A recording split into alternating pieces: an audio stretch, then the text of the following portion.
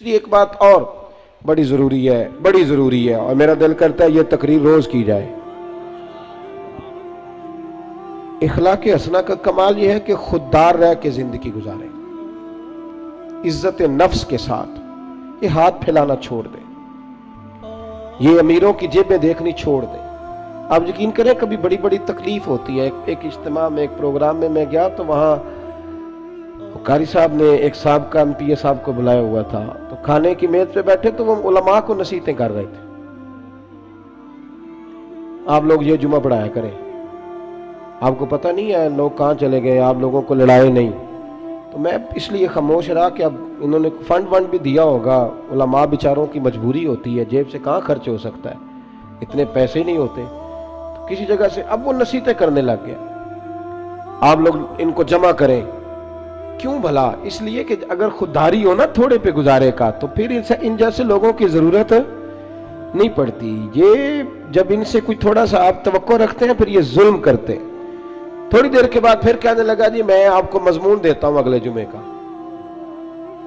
आपने अगले जुमे ये तकरीर करनी है। तो फिर मेरी भी कई दफा मजबूरी है, कुछ रगें ऐसी हैं जो नहीं सांस लेने देती। वो रजा के नेज़े की मार है कि अदूब के सीने में गार है, फिर किसे चारा जो ही का वार है कि ये वार वार से पार है।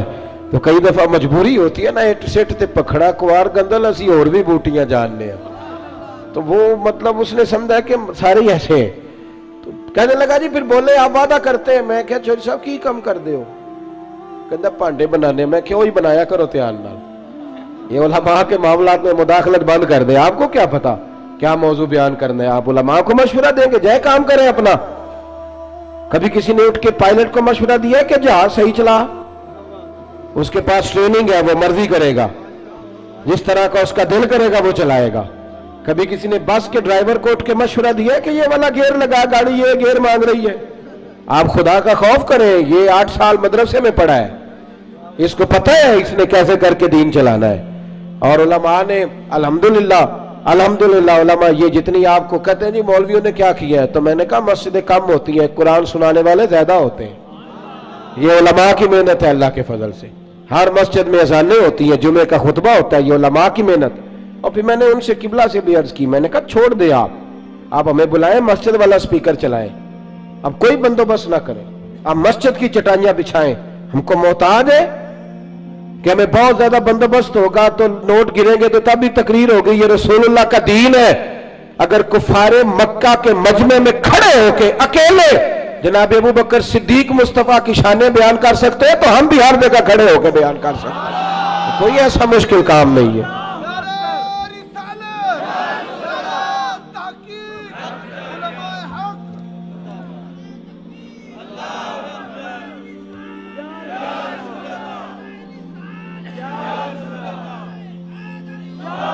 थोड़ी ना खुददारी, इज्जत नफ्स। ये गरीबों को मशवरा दे रहा हूं, छोड़ दे आप चौधरियों की गाड़ियों के पीछे भागना, कुछ भी नहीं होता। आप छोड़ दें उनकी परवाह करनी, आप एक एक बच्चे को खुद खर्च उठाएं, आप खुद देखें हमने कैसे इनको लेकर के आगे जाना। खुददारी से जिए, इज्जत नफ्स। एक बात मुझे बताओ, जिसने हराम का माल कमाया है और रोजाना छोटे गोश्त से रोटी खाता है, वो ज्यादा अच्छा है या जो हलाल खाता है पर अचार से खाता है वो ज्यादा अच्छा है? आप अजीब बात करते हैं मियां।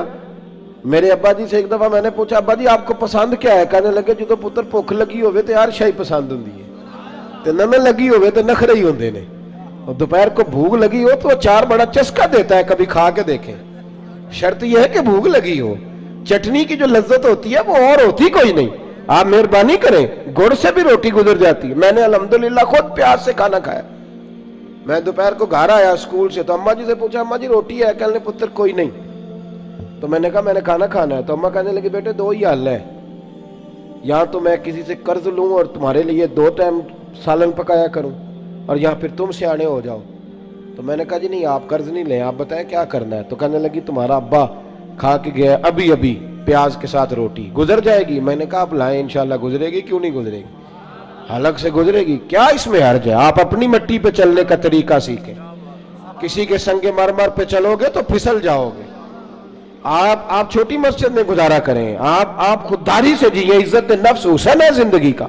یہ اخلاق ہے میرے رسول پاک کا. پڑھو ترمذی شریف.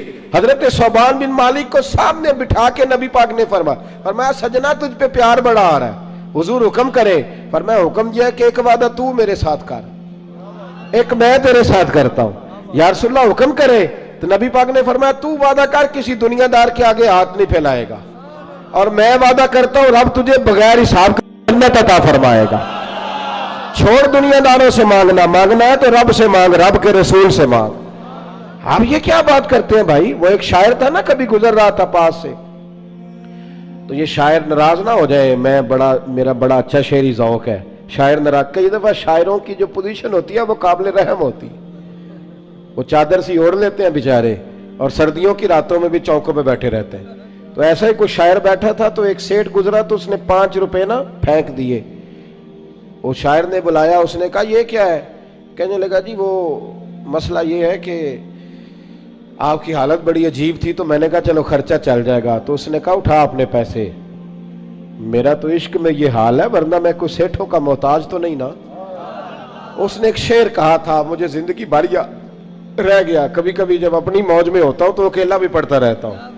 وہ شاعر اس سیٹ سے کہنے لگا یہ آرزو کرم اور میں آپ سے کروں, یہ آرزو کرم اور میں آپ سے کروں, یہ بھیک اس کو دیجئے جس کا خدا نہ ہو, یہ بھیک اس کو دیجئے جس کا خدا نہ ہو.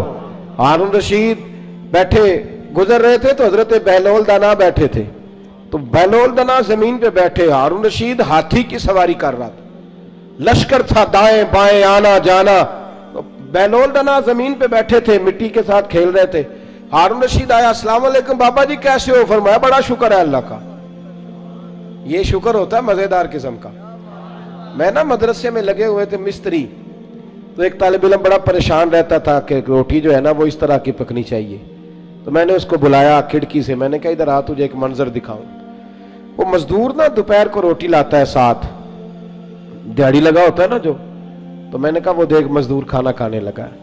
وہ اچار 2 روٹیوں کے بیچ رکھ کے لایا ہے, اور پھر ٹوٹیوں پہ بیٹھ کے اس نے ہاتھ دھوئے, پھر پانی کا گلاس بھرا. پھر اس نے جب روٹی کھولی نا تو وہ پونے کو بھی سارا اچار لگا ہوا تھا, اور پھر اس نے کئی دفعہ بسم اللہ پڑھی.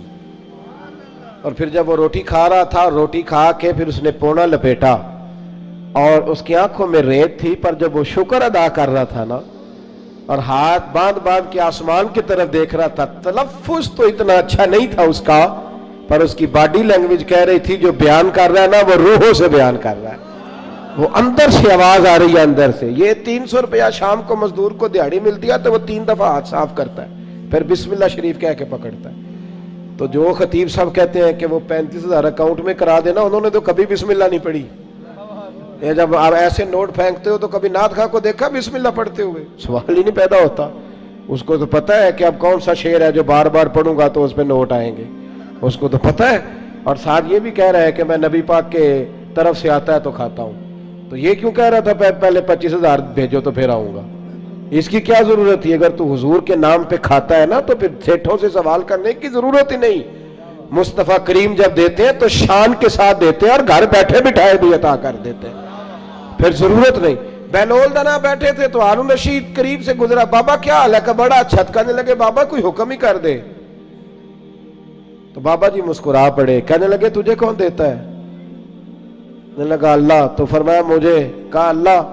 تو حضرت بہلول دانا فرمانے لگے یہ تو نہیں نہ ہو سکتا کہ اللہ ہارون رشید کو دیتا جائے اور بہلول دانا کو بھول جائے, یہ تو نہیں نہ ہو سکتا. جا اپنا کام کر میاں, تو کس چکر میں الجھ گیا؟ خودداری سے جیئیں, عزت نفس, پھٹے کپڑے پہن کے گزارا کریں. خبردار, باوقار آدمی شاندار ہوتا ہے, باوقار آدمی شاندار ہوتا ہے. مجھے ایک بچے نے ویڈیو لا کر کے دکھائی, آپ یقین کریں میں آج تک اس بچے کو ڈھونڈ رہا ہوں. کوئی غریب کا بچہ سڑک پہ پینسلیں بیچ رہا تھا, تو کسی نے اس کو کہا, یہ اسی وطن کی بات, کسی نے اس کو کہا یہ بیٹے 100 روپیہ لے لو. تو کہنے لگا نہیں میرے ابا نے منع کیا ہے. اس نے کہا پینسل کی مزدوری لینا, مسواک بیچ لینا, لیکن پتر کسی سے 100 روپیہ نہیں لینا, پھر مانگنے کی عادت ہو جاتی ہے. پھر انسان کو مفت کے دسترخوان پہ مزہ آتا ہے. حضرت سالم بن عبداللہ بن عمر, جناب عمر کے پوتے, طواف کعبہ کر رہے تھے, بیت اللہ کا طواف کر رہے تھے. तवाफ करते करते खाना काबा के दरवाजे के सामने मकाम मुल्तजिम के पास खड़े हुए तो खलीफा अब्दुल मलिक बिन मरवान आ गया। अस्सलामु अलैकुम के बाद कहने लगा, हुजूर मैं गवर्नर हूं मक्के का, कोई हुक्म हो तो बताइएगा। तवाफ मुकम्मल हुआ है, खाना काबा के गेट के कोई हुक्म? तो सालिम बिन अब्दुल्ला फरमाने लगे, यार तुझे किस पागल ने गवर्नर बना दिया है, किस बेवकूफ ने तुझे ये ओहदा दिया है? कहते मुझे भी कोई मर्द पहली दफा मिला था, मेरे पैरों तक पसीना आ गया, मैं खिदमत पूछने आया तो उन्होंने क्लास लगा दी, किस बेवकूफ ने तुझे गवर्नर बनाया? मैंने कहा हुजूर क्या हुआ? कहने लगे तू अजीब आदमी, अल्लाह के घर में आके बैतुल्लाह के सामने खड़े होके रब करीम के घर के दरवाजे के पास आके भी मैं दुनियादारों से मांगूंगा, यहां आके भी मैं नवाबों से सवाल करूंगा, चल दौड़ जा। वो कहता मैं कांपने लग गया कि ये किस मर्द से मुलाकात हो गई है। यहां तो आपको पता है ना, अल्लाह खैर करे, मुसल्ले के नीचे जो मर्जी रख दो, कोई हाल ही नहीं, इल्ला माशाअल्लाह। कहते हैं कि किधर से आ गया तू, चल दौड़। फरमाते हैं कि मैं ना बड़ा परेशान हुआ। वो खलीफा कहता है मैं वहां से फारिग होकर तो बाहर निकल गया, मस्जिदुल हराम से बाहर, जैसे आज लोग बाबे अब्दुल अजीज से बाबे फहद से बाहर निकलते, कहते बाहर आ गया, वहां खड़ा हुआ तो हजरत वहां आए। मैंने कहा हुजूर अब तो बैतुल्लाह सामने नहीं, अभी कोई हुक्म कर दें। तो मुस्कुरा पड़े, कहने लगे तुझे बड़ा शौक है तो बता, तुझसे दीन मांगू कि दुनिया मांगू? मैंने कहा हुजूर दीन तो आपके पास है, मेरे पास तो दुनिया ही है। तो हंसने लगे, फरमाने लगे दुनिया तो मैंने उससे कभी नहीं मांगी जिसने दुनिया बनाई है, मैं तो उससे भी उसके महबूब के दरवाजे की गुलामी मांगता हूं, मैं तो कभी उससे दौलत नहीं मांगने गया तो तुझसे मांगूंगा? खुददारी, खुददारी, इज्जत नफ्स। मेरे गरीब का मसला ये है कि मेरा अमीर कहता है कि ये रेट ले लेगा, वोट दे देगा, गली बनवा लेगा, वोट ले लेगा। ना ऐसा करो, खुददारी से जीना सीखो।